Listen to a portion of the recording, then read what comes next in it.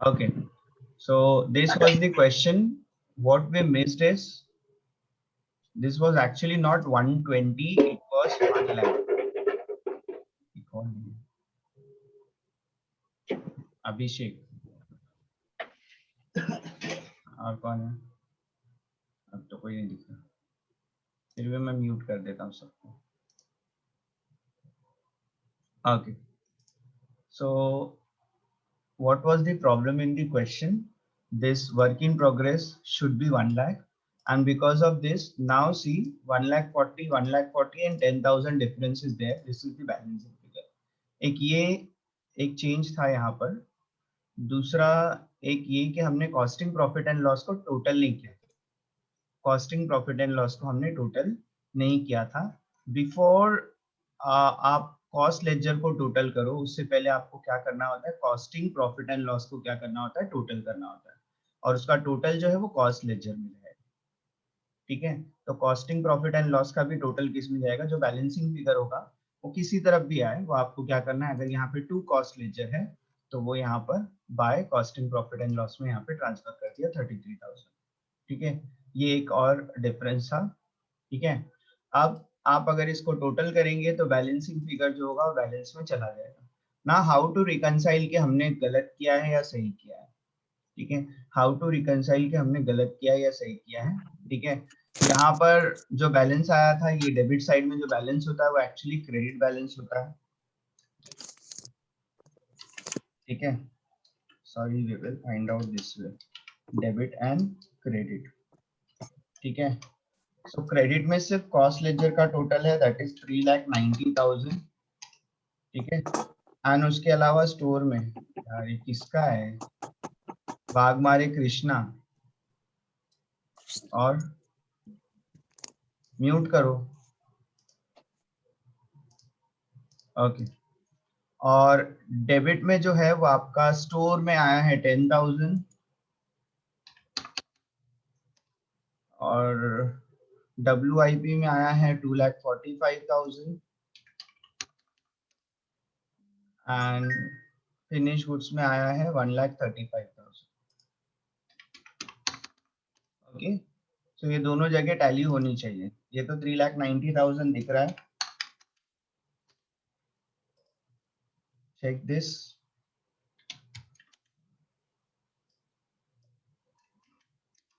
ठीक है, 3,90,000 ये भी है. तो इस तरह से आपको ट्रायल बैलेंस बनाने के लिए भी आ सकता है. ठीक है, तो लास्ट टाइम पे बोलते हैं वो रिवाइज ट्रायल बैलेंस बनाओ, बट कभी पूछा नहीं है. बट एनी विच वेज ये क्वेश्चन भी बनता है, तो ये रिकंसिलेशन भी हो जाता है आपका डेबिट एंड क्रेडिट का. ठीक है, लेजर में. Okay, okay, that's okay. Now tell me if there is any doubt, क्योंकि कल वाले क्वेश्चन को मैंने पूरी तरह से कर दिया है. ठीक है, that is completed now. Tomorrow there will be test. The fourth lecture will be your test. First lecture में रखना कोई मीनिंग ही नहीं है, क्योंकि आओगे ही नहीं तुम लोग. So I will keep it in the fourth lecture. ठीक है, that will be non-integrated test. Okay, और till then हम लोग क्या करते हैं, थोड़ी बहुत जर्नल एंट्रीज वगैरह की प्रैक्टिस कर लेते हैं. ओके, मैंने जो क्वेश्चंस भेजे थे आई होप आप लोगों ने देखा हो. ठीक है, सो मैं वो क्वेश्चंस को नहीं ले रहा, मुझे दूसरे क्वेश्चन चाहिए अभी. 2 मिनट मिलेगी.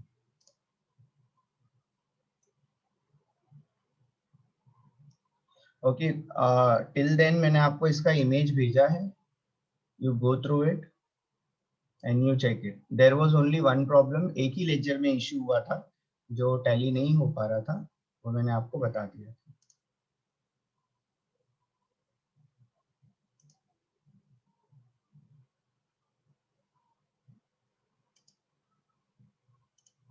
और दूसरा जो था वो कॉस्टिंग प्रॉफिट एंड लॉस को हमने टोटल नहीं किया था.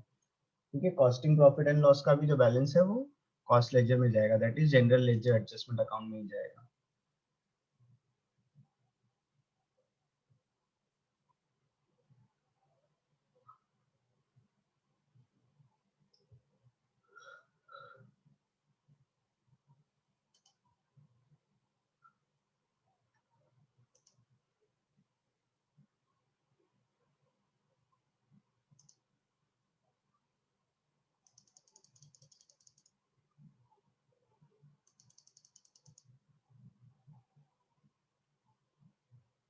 ये 2005 में था,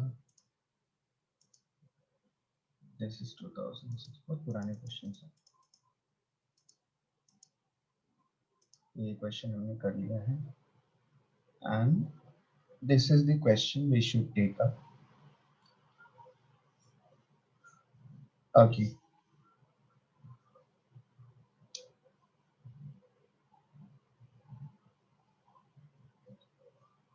ये क्वेश्चन का मैं आपको स्क्रीनशॉट भेजता हूँ स्निप करके।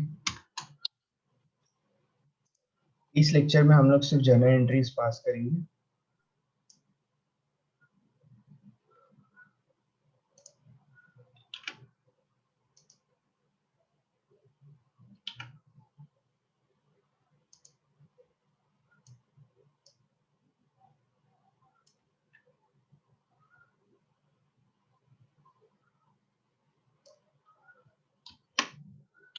Okay, so be prepared, आपको कुछ क्वेश्चंस के आंसर देने हैं, so you have to be ready।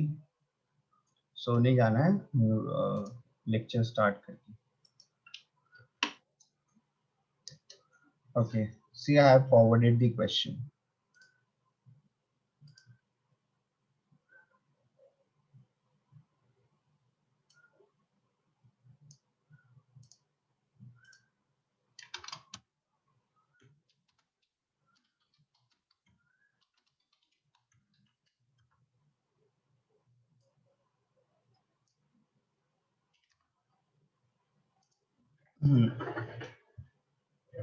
Okay, now look at the question। If you look at the trial balance, there are other accounts also apart from material, work in progress, finished goods। ठीक है, there are production overhead। ठीक है, production overheads का मतलब क्या होता है बेटा? Complete silence. WIP अरे फैक्ट्री होगा। Factory overheads. ठीक है, फैक्ट्री ओवरहेड्स बोलते हैं। प्रोडक्शन ओवरहेड का मतलब होता है फैक्ट्री ओवरहेड्स को बोलते हैं, या फिर मैन्युफैक्चरिंग ओवरहेड भी बोला जाता है। See this question was there in your objectives also. मैंने पूछा था ये क्वेश्चन कि फैक्ट्री ओवरहेड्स को और किस किस नाम से जानते हैं, या इसमें से कौन सा फैक्ट्री ओवरहेड्स नहीं है। ठीक है, सो प्रोडक्शन ओवरहेड्स का मतलब होता है फैक्ट्री ओवरहेड। ठीक है, WIP अलग से दिया होता है, कभी भी WIP है। ठीक है, एडमिनिस्ट्रेशन ओवरहेड कंट्रोल अकाउंट है, एडमिनिस्ट्रेशन ओवरहेड है या office and administration. Then selling and distribution overheads है। Then general ledger adjustment account, as you know कि हम लोग सब्स्टिट्यूट अकाउंट है ये अपना रियल और पर्सनल के लिए। Okay, now the first question is, wait a minute.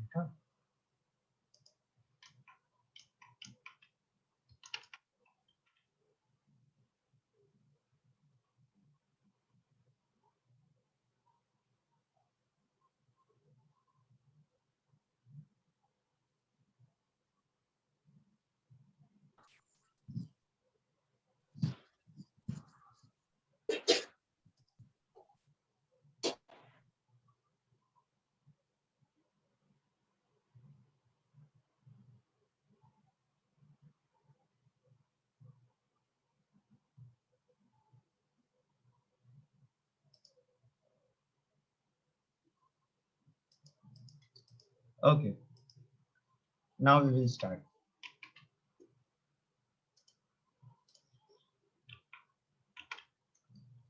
इसको थोड़ा सा जूम कर लेता हूँ।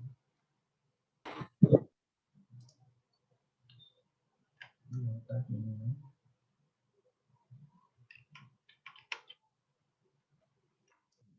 अब ठीक है। Okay, now look at the question।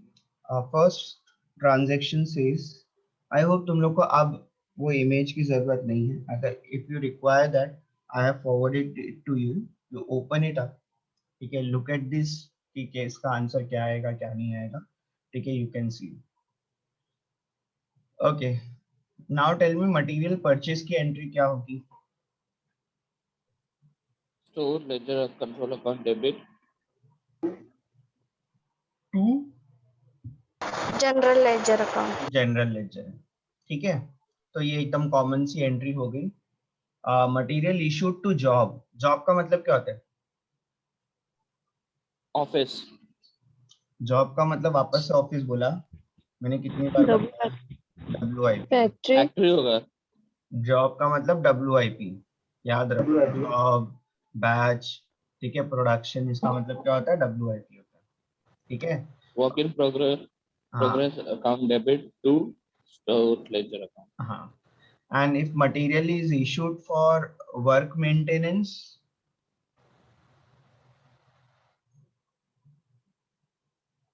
आपका मटेरियल वर्क मेंटेनेंस में जा रहा है, वर्क मेंटेनेंस आप हमेशा फैक्ट्री एज्यूम करेंगे, ठीक है।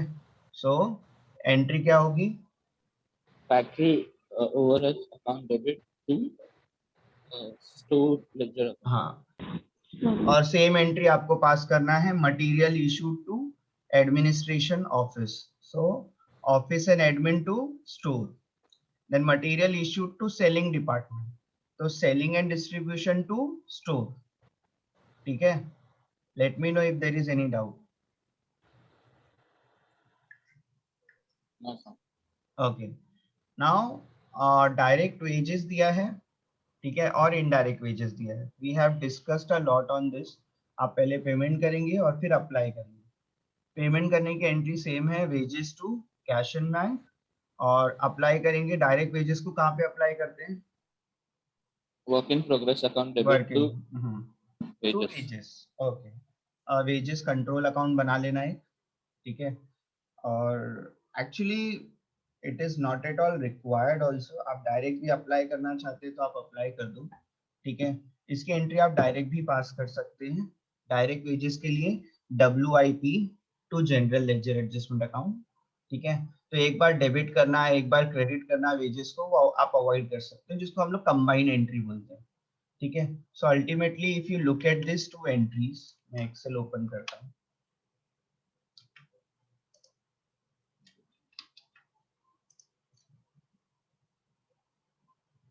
हाँ, ओके, अगर आप इस एंट्री की तरफ देखेंगे, दो में स्प्लिट करेंगे अगर, सो पहली एंट्री बनती है wages to cash and bank की जगह पे जनरल लेजर, ठीक है। देन इसको WIP में ट्रांसफर करना है, तो WIP टू वेजेस, ठीक है। इन दोनों को कंबाइन करके आप कौन सी एंट्री बता सकते हैं? ये जो है दो बार रिपीट हो रहा है, उसको आप क्या करेंगे? कैंसिल कर देंगे। तो डेबिट में क्या बचा? WIP, और क्रेडिट में क्या बचा? General ledger. तो आप इसको एक बार जनरल में भी लेजर। पास कर सकते हैं, ठीक है। सो इसको कंबाइन एंट्री इस तरह से आप पास कर सकते हैं, WIP टू जनरल लेजर, ठीक है। सर आपने ऐसा क्यों किया? अब तक तो आपने बोला था कि अलग अलग पास करो, बेटा अलग अलग पास करो, एक साथ पास करो, देयर इज नथिंग डिफरेंस, ठीक है। इतना ही है कि आपने कंबाइन एंट्री का कॉन्सेप्ट पढ़ा हुआ है कि हम लोग क्या करते हैं, एंट्रीज को कंबाइन कैसे करते हैं, ठीक है। इंस्टेड ऑफ टू एंट्रीज हम लोग उसको वन एंट्री में कैसे कर सकते हैं, ठीक है। बट कंबाइनिंग एंट्रीज बहुत रिस्की होता है कभी कभी, ठीक है। तो थोड़ा आपको हर एक स्टेप पे जब मार्क्स होते हैं तो आपको यहाँ पे मार्क्स क्या होते हैं? कट जाते हैं, ठीक है। तो यहाँ पे आपको ध्यान देना है कि आपको ज्यादातर कंबाइन एंट्रीज पे बिलीव नहीं करना है, बट एनी विच वेज अगर अच्छा प्रोफेसर है चेक करने वाला, और हमेशा क्या करना है, एकदम टेक्स्ट बुक को रिलीजियसली एकदम फॉलो करना है एंट्रीज के मामले में, ठीक है। Although there are multiple ways, लेकिन जितना हो सके रिसेंबल करना है, बिकॉज ज्यादातर जो आंसर कीज होती है वो टेक्स्ट बुक से ही रिलेटेड होती है। बट अल्टीमेटली मैं आप लोगों को नहीं बताऊंगा कि टेक्स्ट बुक को रट्टा मारो, ठीक है।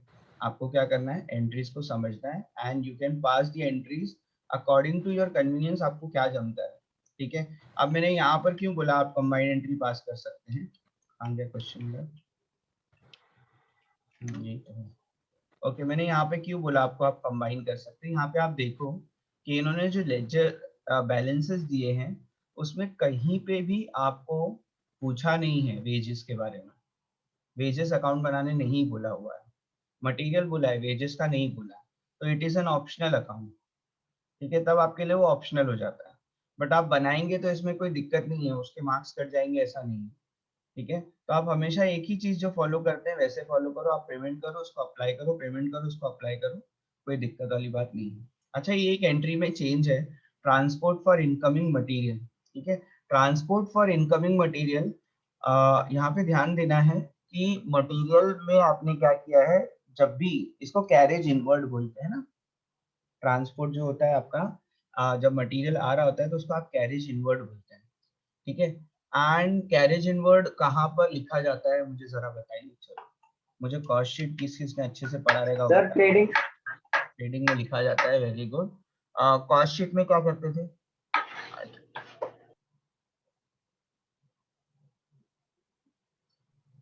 सर डायरेक्ट कॉस्ट शीट में हम डायरेक्ट मटेरियल डायरेक्ट ऐसा ये एक्सपेंसेस लिखते थे तो उसके साथ आता था।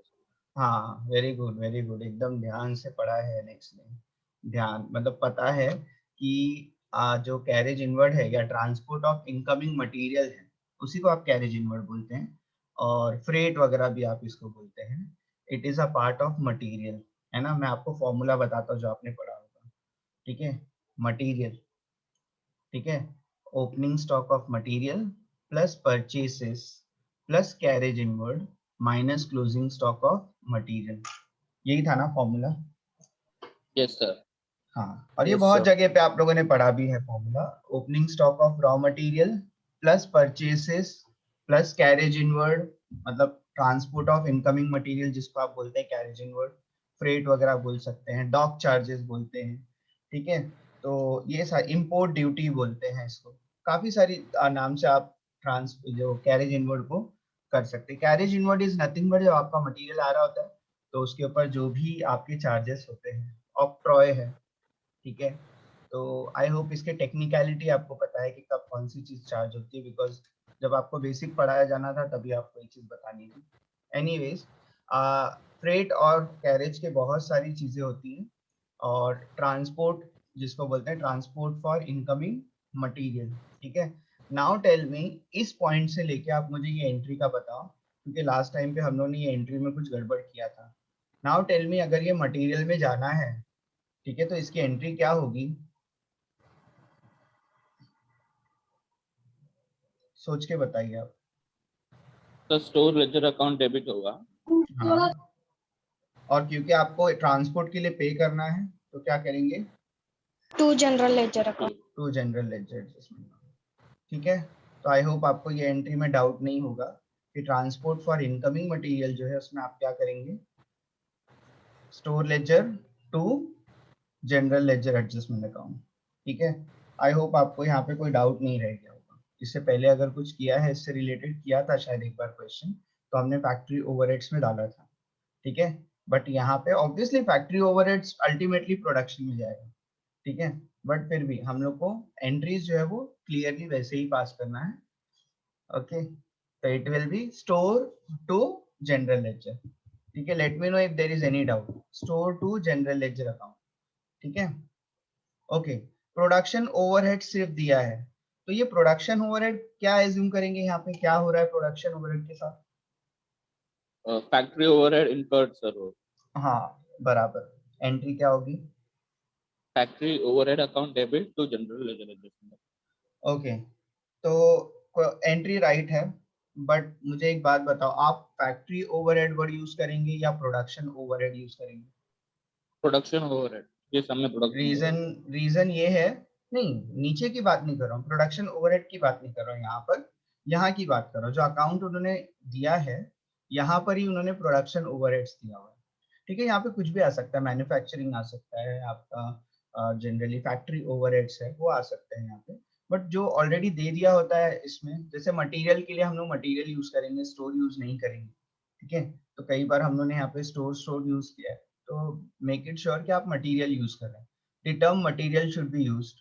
ठीक है, तो जो वो लोग सामने से दे देते हैं वही टर्म आपको यूज करना है। Although we are already aware कि मटेरियल और स्टोर में कोई डिफरेंस नहीं होता है। Store is a place where raw material is kept, और कई बार स्टोर जो है, स्टोर जो टेक्निकली मटेरियल को ही बोला जाता है। ठीक है, तो स्टोर, परचेज ऑफ स्टोर ऐसा लिखा होता है, तो परचेज ऑफ स्टोर मतलब आप स्टोर थोड़ी ना परचेज कर रहे हो। ठीक है, आप मटेरियल परचेज कर रहे हो। ठीक है, तो store is a technical term for the material, और मटेरियल के साथ उसको आप सब्स्टिट्यूट कर सकते हो इजीली। वैसे ही प्रोडक्शन ओवरहेड है, मैन्युफैक्चरिंग है, फैक्ट्री ओवरहेड्स है, ये सारी चीजें आपस में सब्स्टिट्यूट होती हैं, ठीक है। यहाँ पर आपने फैक्ट्री ओवरहेड लिया तो सर आंसर रॉन्ग हो जाएगा क्या? आंसर तो रॉन्ग नहीं होगा, बट ऊपर आपने प्रोडक्शन लिखा है, नीचे आपने फैक्ट्री लिखा है, तो दो अलग अलग टर्मिनोलॉजी यूज नहीं करना है, ठीक है। अच्छा, now tell me absorb production overhead, कहाँ पे एब्जॉर्ब होगा प्रोडक्शन ओवरहेड? WIP. WIP में, वेरी गुड। तो एंट्री क्या होगी? Production overhead account debit to WIP. Correct है क्या? नहीं sir, WIP account debit to hmm. production overhead. उल्टा बोला मैं. हाँ, तो आप समझो कि फैक्ट्री ओवरहेड जो वो जा रहे हैं WIP में, तो W एब्जॉर्ब मतलब क्या होता है? वो पर्टिकुलर डिपार्टमेंट जो है इसको एब्जॉर्ब कर रहा है, वहाँ पे अप्लाई हो रहा है ये पर्टिकुलर एक्सपेंसेस, तो उसको बेनिफिट मिल रहा है ना, तो वो पर्टिकुलर डिपार्टमेंट जो है वो डेबिट होना चाहिए। Okay, administration overhead, Administration overhead account debit to general ledger adjustment account. Okay. उसके बाद इसका एप्लीकेशन है, मतलब ये कहाँ पे एलोकेट हो रहा है या कहाँ पे एब्जॉर्ब हो रहा है या कहाँ पे अप्लाई हो रहा है। तो administration overhead allocated to production, अगर प्रोडक्शन में होंगे तो क्या लिखेंगे आप? Production overhead account debit to administration overhead. Sure है क्या? प्रोडक्शन में अप्लाई हो रहा है, WIP। हाँ, WIP टू WIP. ऑफिस, ठीक है। अप्लाई कहाँ कहाँ पे होता है? पहली चीज, अब कोई भी एक्सपेंसेस जब इनकर्ड होता है तो particular expenses account debit to general ledger adjustment account, ये एक चीज क्लियर है। दूसरा उसका पार्ट क्या है? एक्सपेंसेस आर अप्लाइड, ठीक है। अब अप्लाइड कहाँ पे हो सकता है? या तो WIP में होगा, ठीक है, दैट इज प्रोडक्शन, या तो फिनिश गुड्स में होगा, ठीक है, या फिर आपका कॉस्ट ऑफ सेल्स में होगा, ठीक है। ये तीन ही जगह है जहाँ पे आपके एक्सपेंसेस अप्लाई हो सकते हैं। सो व्हेन इट सेज कि administration overhead allocated to production, तो प्रोडक्शन का मतलब होता है WIP, ठीक है। सो इस क्वेश्चन में तो बहुत कंफ्यूज इसलिए कर दिया है क्योंकि फैक्ट्री के लिए भी प्रोडक्शन वर्ड यूज किया है, ठीक है, WIP के लिए भी प्रोडक्शन वर्ड यूज किया है, लेकिन कभी भी एप्लीकेशन जो है वो फैक्ट्री का नहीं होता है, इट इज ऑलवेज WIP, ठीक है। आपका जो तीन स्टेजेस होते हैं आपके प्रोडक्ट के, वहीं पर आपके एक्सपेंसेस हो सकते हैं, that is WIP, finish goods और कॉस्ट ऑफ सेल्स, यही तीन जगह पे आप क्या करते हैं? एक्सपेंसेस करते हैं, ठीक है। Okay, next, administration overhead allocated to sales, sales को एलोकेट हुआ है,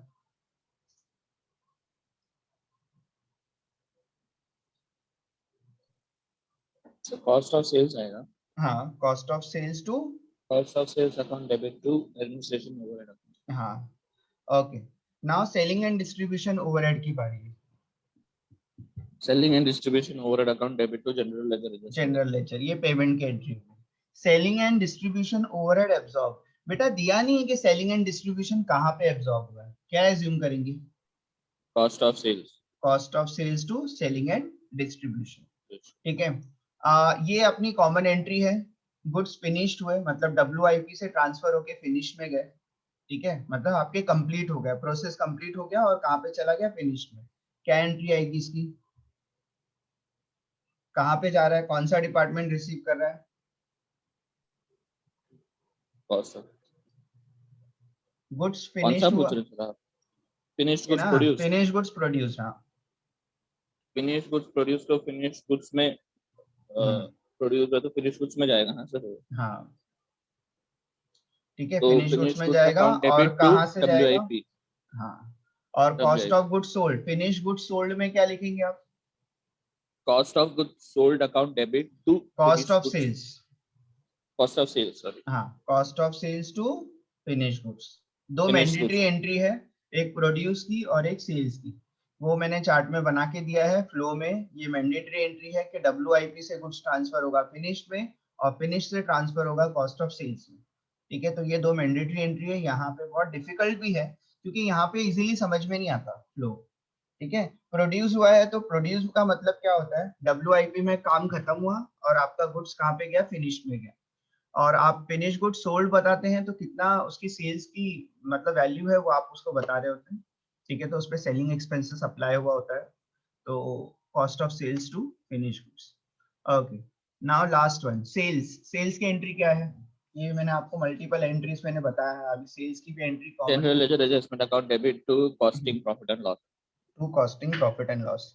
अच्छा, एक चीज याद रखना, मतलब आप हमेशा, कि कितनी एंट्रीज में जनरल लेजर एडजस्टमेंट अकाउंट जो है वो क्रेडिट हुआ है, ऑलमोस्ट हर एंट्री में हुआ है ना। लेकिन कितनी एंट्रीज है जहां पर general ledger adjustment account debit हुआ है? कितनी एंट्रीज सेल्स में देखा हुआ तुम है लोग सर। ने? सिर्फ सेल्स में हुआ। सेल्स में हुआ है सर खाली। What is the reason?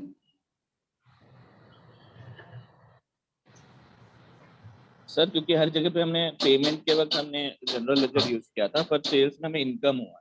हाँ, तो सेल्स एक लौता इनकम है ना, बिजनेस का सेल्स एक लौता इनकम है। जबकि मुझे मालूम है कि और भी इनकम होते हैं, बट हम लोग मैन्युफैक्चरिंग कंसर्न में इससे ज्यादा हम लोग को कुछ दिया नहीं है। But sales is the only income जहां पर आपको जनरल लेजर एडजस्टमेंट अकाउंट क्या करना पड़ता है? डेबिट करना पड़ता है। ठीक है, और बाकी सारे एक्सपेंसेस है तो आप पेमेंट कर रहे होते हैं उस वक्त। ठीक है, पेमेंट कर रहे होते हैं या किसी से लाइबिलिटी ले रहे होते हैं। ठीक है, तो उस वक्त आपका क्या होता है? वो general ledger adjustment account credit होता है। ठीक है, और फिर मुझे बेसिक्स के ऊपर क्वेश्चंस पूछने थे तुम लोग से, लेकिन उसकी जरूरत नहीं है, तो मैं अभी कंफ्यूज नहीं करूंगा पूछ के। ठीक है, खैर, तो ये आपका काम है। ठीक है, कितना टाइम हुआ है वैसे? मतलब मैं ये होमवर्क दूं या फिर इसको सॉल्व करूं, या फिर हम लोग थोड़ा बहुत सॉल्व कर लें और नेक्स्ट लेक्चर में बाकी का सॉल्व करेंगे। रुको, बेसिक चीजें हम लोग यहाँ पर प्रिपेयर कर सकते हैं। कितना टाइम बाकी है वैसे? टाइम दिख भी नहीं रहा। सर 8 बज रहे हैं, तो 40 मिनट्स के हिसाब से 10 मिनट्स बचा है। 10 मिनट्स बाकी होगा ना, तो एटलीस्ट हम लोग क्या करते हैं, इसका बेसिक जो स्ट्रक्चर है वो बना लेते हैं। उसको भी टाइम लगता है काफी। खैर, मैंने लास्ट क्वेश्चन जो सॉल्व किया था मैं उसी को आगे कंटिन्यू करूंगा, तो मुझे ज्यादा तो दिक्कत नहीं होगी यहाँ पर। फिर भी मूव टू एंड, हाँ करेक्ट, 10 मिनट्स बाकी है। So we will solve as much as possible, and फिर फोर्थ लेक्चर मेरा है तो उसमें मैं क्या करूंगा, बाकी की चीजें आपको मैं बता दूंगा। ठीक है, तो हम लोग थोड़ा टाइम सेव कर पाएंगे वहाँ पे। Question number 10। सर हम डायरेक्ट लेजर कर रहे हैं। जर्नल एंट्री भी पास करना था ना, तो जर्नल एंट्री के लिए दूसरा लेना पड़ेगा। क्यों, ऐसे डायरेक्ट पास कर सकते हैं ना, लेकिन हाँ जरूरत नहीं कर है सकते। तो।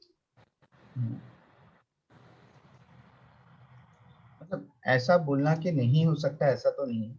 आपको कई बार करना ही है, वैसे भी ऑप्शन नहीं होते कई बार। और जिनको डायरेक्ट करने आता है उनके लिए तो कोई दिक्कत नहीं है, जिनको एंट्री आती है वो डायरेक्ट करे इनडायरेक्ट करे, क्या फर्क पड़ता है। Okay, question number 10। ओके, तो ये एंट्री जो है अगर लेक्चर खत्म भी हो जाता है तो मैं पूरी कर लूंगा, और आपकी ड्यूटी है, मैंने आपको समझा दिया, आपको इसको कंप्लीट करना है। ठीक है, ये पिंक लिमिटेड।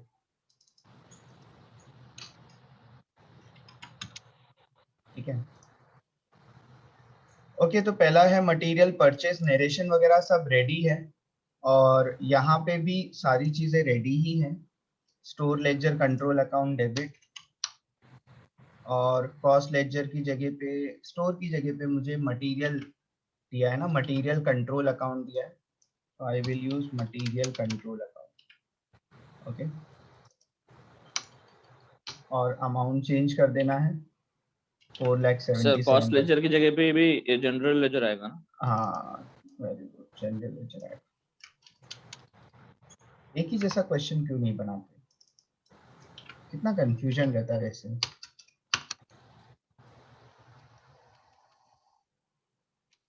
फिर सर आप मार्क्स भी सबको एक जैसे ही दो ना, बड़े एलएक्स बाबा, जैसा।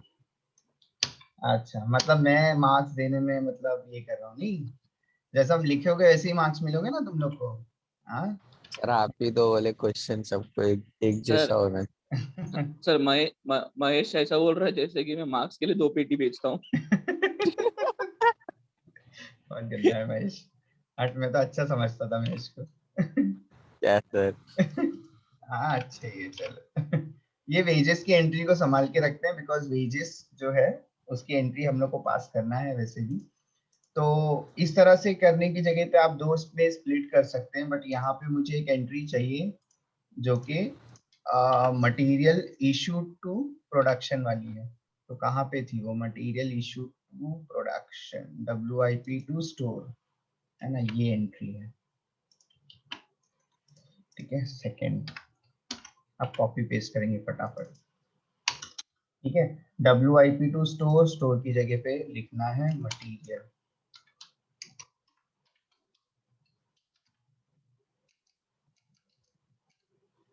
ओके, अमाउंट है आपका 474।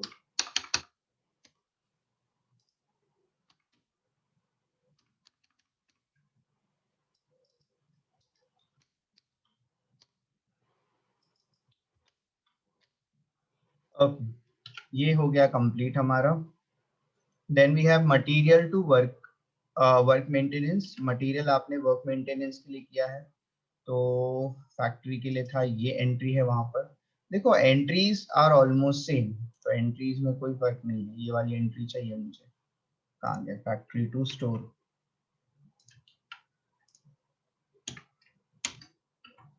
ठीक है, so this is not factory, this is production, not store, this is material। ठीक है, और कितना है ये? 38,000।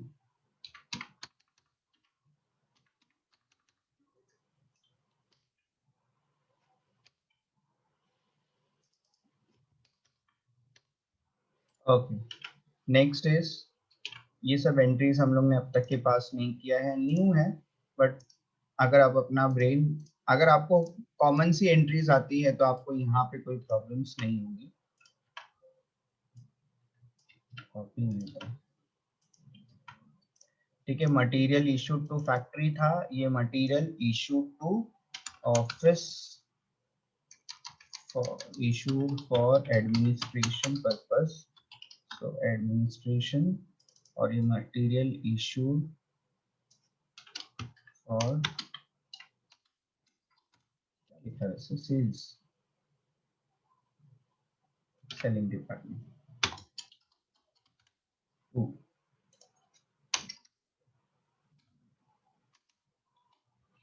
तो क्या था? issued to administration office।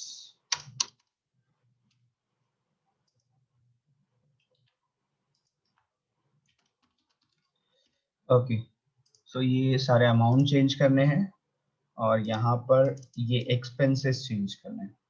ठीक है, office and administration expense overheads, और यहाँ पर है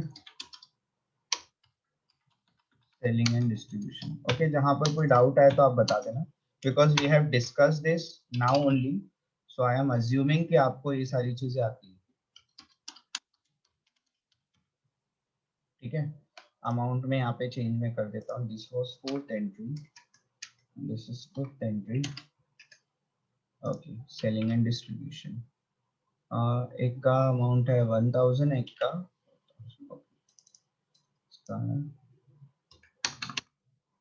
1000, इसका 4000।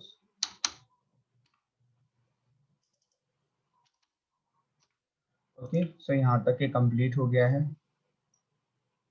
अब ये कौन सी एंट्री है? डायरेक्ट वेजेस की है, तो मैं वेजेस को दो पार्ट में स्प्लिट कर देता हूँ। ठीक है, एक डायरेक्ट और एक इनडायरेक्ट। ठीक है, तो मुझे वापस से एक एंट्री लगेगी यहाँ पे, this is our sixth entry, direct wages payment, और फिर एप्लीकेशन की, फिर डायरेक्ट इनडायरेक्ट वेजेस पेमेंट की, और फिर उसके एप्लीकेशन की। ठीक है, ये है being direct wages paid and being indirect wages। ठीक है,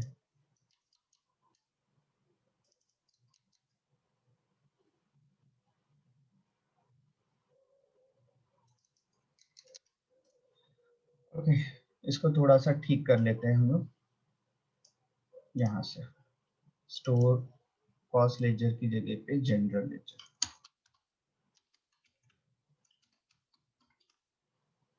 एडजस्टमेंट अकाउंट।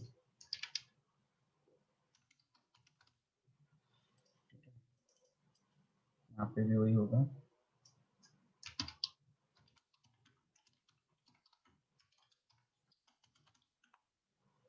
ठीक है, direct wages will go to WIP and indirect wages will go to factory. Okay, so first direct wages payment की amount क्या है? Direct wages payment is 1,44,000. So I'll write 1,44,000. यहाँ पे भी और यहाँ पे। ठीक है, उसको ट्रांसफर करना है। सर लेक्चर अभी 1 मिनट में खत्म हो जाएगा। अटेंडेंस लिया क्या? आपको भेज भी दिया हूँ सर। अच्छा ठीक है, गुड। सो क्या करेंगे आगे का जो है वो हम लोग ये वेजेस कंप्लीट कर लेता हूँ मैं, क्योंकि सिर्फ अमाउंट ही पुट करना है। 62,000 है।